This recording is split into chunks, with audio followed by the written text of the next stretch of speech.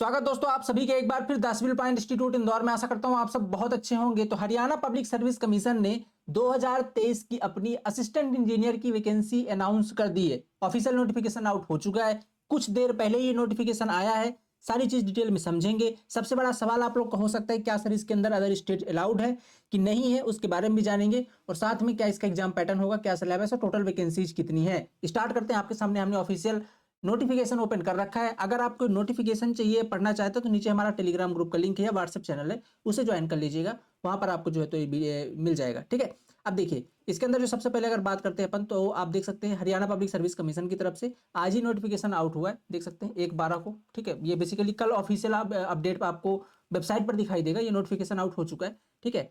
और इसके अंदर अगर बात करते हैं, the commission invites online application form eligible candidate for post of assistant engineer. ठीक है। असिस्टेंट इंजीनियर किस किस ब्रांच के लिए? सिविल के लिए, मैकेनिकल और इलेक्ट्रिकल, तीनों ब्रांचेस के लिए। अगर मैं टोटल वैकेंसी की बात करता हूं तो सिविल वालों के लिए बहुत बड़ा अवसर है। सिविल वालों के लिए बहुत बड़ा अवसर है। टोटल अगर देखी जाए तो 104 पदों पर भर्ती आई है, जिसमें 49 पोस्ट अनरिजर्व्ड कैटेगरी के लिए है, 26 एससी कैटेगरी के लिए, 12 बीसी के लिए है और बीसीए के लिए है और बीसीबी के लिए 6। ये क्या है इसके बारे में डिटेल में नीचे आपको जो है तो नोटिफिकेशन में दिया हुआ है, तो उसके लिए परेशान मत होइएगा। और ईडब्ल्यूएस कैटेगरी के लिए टोटल कितने हैं? 11। तो ये टोटल अगर देखा जाए तो 104 पद हैं। ठीक है। 104 पद टोटल आपके हैं इसके अंदर। अगर असिस्टेंट इंजीनियर मैकेनिकल की बात करते हैं तो टोटल पद आपके 9 हैं। अगर बात करते हैं असिस्टेंट इंजीनियर इलेक्ट्रिकल की, तो टोटल पद आपके कितने हैं? 7 है। आप जिस भी कैटेगरी के लिए तैयारी कर रहे हैं, बहुत अच्छा अवसर है। एक बार समझ लीजिए क्या इसके अंदर एलिजिबिलिटी है। सबसे बड़ा सवाल इसके अंदर ये कि इसकी फॉर्म ओपनिंग कब से होगी? कल यानी कि 1 तारीख, 1 दिसंबर से इसकी फॉर्म फिलिंग स्टार्ट हो जाएगी। क्लोजिंग डेट आपकी 21 तारीख है, 21 दिसंबर तक आप इसमें फॉर्म भर सकते हैं। ठीक है। फॉर्म भरने के लिए आपको कहां पर जाना पड़ेगा? इनकी ऑफिशियल वेबसाइट है hpsc.gov.in। इस पे जाकर के और भी ज्यादा जानकारी आप वहां पर ले सकते हैं। फॉर्म वगैरह सब कुछ आपको वहीं पर भरना है। आगे चलते हैं। ठीक है। देखिए हरियाणा पब्लिक सर्विस कमीशन की तरफ से ये वैकेंसीज है, इसके बारे में कुछ इंपॉर्टेंट चीजें आपको और इसमें लिखी गई है, आप इसको पढ़ सकते हैं। जो आपके काम की चीज मैंने आपको बता दी, वैकेंसी इतनी है। एलिजिबिलिटी क्राइटेरिया क्या है उसके बारे में थोड़ा समझ लेते हैं, कौन कौन से लोग एलिजिबल हैं। थोड़ा नीचे चलेंगे। Candidate ensure eligibility for the post, इसके अंदर आप देख सकते हैं। ठीक है। अप्लाई करने के लिए आपको बता दिए कि इस वेबसाइट के अंदर जाना है। ठीक है। अप्लाई करने के लिए आपको इस वेबसाइट के अंदर जाना है। और हाँ, last date for form receipt, ये एडमिट कार्ड वगैरह के बारे में है।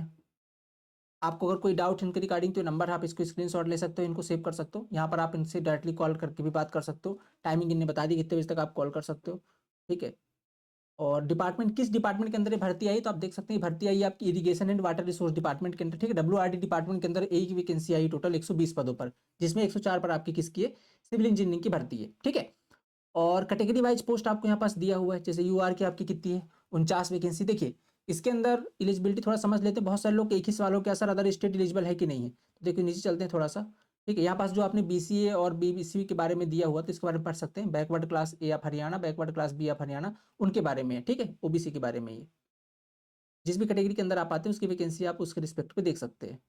इसेंशियल क्वालिफिकेशन यहाँ पे देखिए, इसेंशियल क्वालिफिकेशन है, ए की वैकेंसी, सीधी सी बात है। इसके अंदर बी या बीटेक आपका होना चाहिए। बी बीटेक आपने किसी भी रिकॉग्नाइज्ड यूनिवर्सिटी से किया है भारत के, तो आप इसके अंदर एलिजिबल हैं। ठीक है। और डिप्लोमा वाले इसके अंदर एलिजिबल नहीं है। तो अगर आपने बी बीटेक करा तो आप इसके अंदर एलिजिबल है।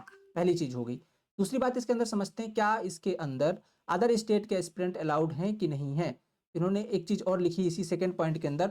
दूसरा पॉइंट है हिंदी और संस्कृत अप टू मैट्रिक और हायर एजुकेशन लेवल। देखो ए की वैकेंसी तो अदर स्टेट इसके अंदर एलिजिबल होता है, सारे स्टेट का यही नियम है। ए की वैकेंसी पर आप एलिजिबल होते हैं, बट उसके अंदर एक टर्म कंडीशन लगा रखी है कि आपकी मैट्रिक यानी 10th या हायर एजुकेशन के अंदर हिंदी और संस्कृत होना चाहिए सब्जेक्ट। ठीक है। तो जो लोग एमपी से उनके अंदर तो रहता ही है, एमपी वालों के अंदर हिंदी या संस्कृत सब्जेक्ट होता ही है, यूपी वालों के अंदर भी होता है। तो जिनके अंदर भी मैट्रिक या हायर एजुकेशन के अंदर आपका हिंदी या संस्कृत सब्जेक्ट रहा है, वो लोग सब इसके अंदर एलिजिबल है। बस एक छोटा सा कैटेगरी है, सबके अंदर लगभग लगभग होता ही है। तो आप जो है तो हरियाणा के अंदर इस चीज पर एलिजिबल है। ठीक है। वैकेंसी आपके सामने है। जो लोग अदर स्टेट से हैं वो लोग किसके अंदर एलिजिबल है? केवल जो 49 पद हैं सिविल इंजीनियरिंग के यूआर कैटेगरी के, ठीक है, रिजर्व कैटेगरी के, उसके अंदर आप एलिजिबल है। बाकी के जो पद है वो सिंपल उसी स्टेट के लिए रजिस्टर्ड है। ठीक है। रिजर्व्ड है।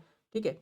तो ये चीज हो गई। 49 पदों के लिए जो है तो आप एलिजिबल हो जाएंगे। सिविल इंजीनियरिंग की वैकेंसी बहुत अच्छी है। सिलेक्शन प्रोसेस क्या होगा? सिलेक्शन प्रोसेस इसका एग्जाम होगा सिंपल सा। ठीक है। अब एग्जाम का पैटर्न क्या होगा, क्या इसका सिलेबस होगा, वो अभी आउट नहीं हुआ है। ठीक है। एचपीएससी ने भी बताया नहीं क्या इसका सिलेबस रहने वाला है। तो जैसे ये पैटर्न आउट हो जाता है हम इसके बारे में आपको इन्फॉर्मेशन देंगे। चैनल को सब्सक्राइब कर लीजिएगा। अभी इसका जो है तो एग्जाम पैटर्न आउट नहीं हुआ है किस तरीके से, जस्ट अभी नोटिफिकेशन आया है। फॉर्म फिलिंग कल से इसकी स्टार्ट हो जाएगी। ठीक है। तो आप इसके अंदर अपना जो है तो फॉर्म फिलअप कर सकते हो। लेवल क्या रहेगा ये आप देख सकते हो, FPL लेवल 9 की जॉब होगी आपकी। सर्विस रूल आप यहाँ पास पढ़ सकते हैं इसको। और एलिजिबिलिटी कंडीशन में आप देख सकते हैं भारत का आपको नागरिक होना चाहिए, चाहे नेपाल भूटान कहीं से भी आप इसके अंदर एलिजिबल है। बस वही जो कैटेगरी वही कि आपके 10th 12th में जो है तो हिंदी या संस्कृत होनी चाहिए, आप इसके अंदर एलिजिबल हो जाएंगे। ओके, एज लिमिट की बात करी गई इनने। एज लिमिट आप देख सकते हैं, नंबर क्या लिखा है यहाँ पर एज लिमिट में, 42 ईयर्स, 42 साल तक आप इसमें एलिजिबल है। ठीक है, हु एज लेस देन 18, ठीक है, और मोर देन 42, मतलब 18 से 42 साल तक के जो एस्पिरेंट है वो इसके अंदर एलिजिबल है। एज काउंट कहाँ से होगी? एज काउंट होगी 21/12/2023 से। ठीक है, 21/12/2023 से एज काउंट होगी। 18 से 42 साल तक के एस्पिरेंट जो है इसके अंदर एलिजिबल है। ओके, और इसमें कुछ एज रिलैक्सेशन भी है। ये एज रिलैक्सेशन सिंपल सी बात है, जो हरियाणा के लोकल एस्पिरेंट उनके लिए है। जैसे SC और ST कैटेगरी के लिए 5 साल का रिलैक्सेशन है, मतलब 47 तक है वो।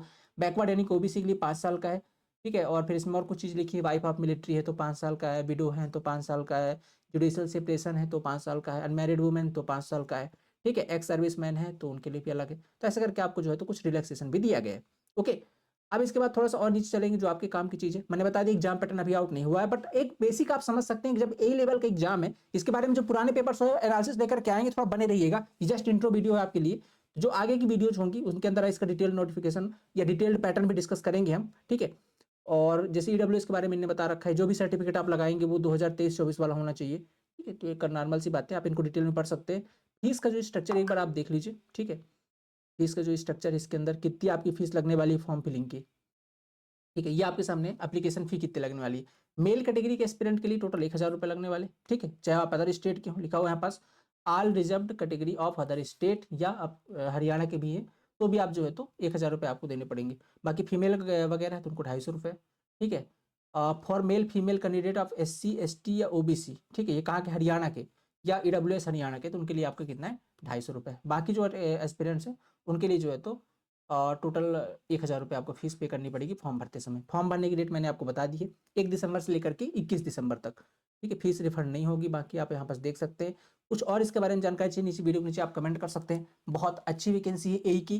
ठीक है, इस टाइम पे तो इसके लिए आप जरूर अपनी प्रिपरेशन स्टार्ट कर सकते हैं। एक बेसिक अगर सिलेबस का आइडिया दूं कि क्या रह सकता है, तो आप जानते हैं AE की वैकेंसी है।